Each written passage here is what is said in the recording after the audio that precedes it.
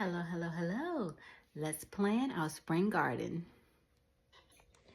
First, before I start my spring garden, I start with lots of research. So one of the tools I use is the almanac, the Farmer's Almanac on almanac.com. And I will put that link down on the description if you're looking at it on YouTube. And then I put in my zip code. And once I put in my zip code, I hit search. Now what this will do is give me my spring calendar. So it'll tell me what I can plant in spring, what I should plant in fall, when I should plant it, if I should plant it outside, if I should plant it indoors. So here for seed starts indoors. So this is what we're going to look at. It's planting some things indoors. So I'm going to start my indoor seeds, and then I'll look at my plan or look at my garden, and we'll grid out where we're going to plant things outside. But first, I want to know, what exactly am I going to plant? When should I start planting, and when should I expect a harvest so that I can plant things again? This year I got fancy and got some graph paper. I had it from math class, so I'm going to use it, right? So I got my graph paper, and what usually I do is write in this book. I normally journal like, okay, this is raised bed 1, raised bed 2, and then I have my L-shaped and my T-shaped bridge here for Thompson. T for Thompson. So that's how I plan. This is last year's plan. So a lot of these things, I do have perennials in here, like my asparagus right there, my strawberries right there. That's going to stay, so that's going to carry over to the new grid. But I'm going to try and put the whole garden on one big sheet, so I don't have 2 pages of things that I want to have to look at. So I only have to keep this one, and I can put it up there where we keep our rabbit stuff. So it'll be in a central location. So hopefully I can stick to this plan, because I don't always stick to the plan. Like life, I kind of go with the flow of things, and what happens, and what doesn't, right? But I always start out the year with a plan. So here I have an outline, I have a shadow, so I'm trying to stay within the light because I don't have my ring light on it. So here I have about what I want to do.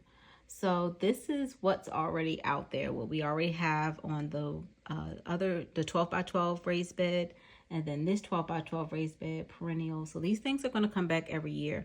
I'm going to move my banana tree, which is actually up in that corner where the sunflowers are. So my banana is currently right there. So I'm going to change that and dig that up and put it right here, because the neighbors are complaining it's growing over, so we're just going to move it to the center. That way you don't have to worry about it next year at all once it's growing and in full bloom. Right now it's dormant, so I'm going to wait till closer to the spring before it's actively growing to dig that up and put it right there. Then I'm going to put my sunflowers there.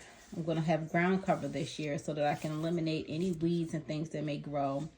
And then I have my hibiscus. So I have 2 hibiscus. I have different breeds of hibiscus. They're going to be there. They're already there.